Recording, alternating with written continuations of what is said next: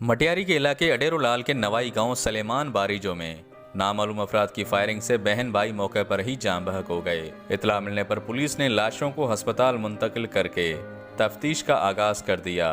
दूसरी जानब जान बहक होने वाले बहन भाई का ताल्लुक बारिजो बरादरी से है और जिनकी शनाख्त 16 साल हुरमत और 23 साल अरबाब के नाम से हुई। उधर वर्षा का कहना है कि मकतूला हुरमत की कुछ ही रोज में शादी होने वाली थी, जबकि जराये के मुताबिक फायरिंग का वाकया रिश्ते के तनाज़े पर पेश आया।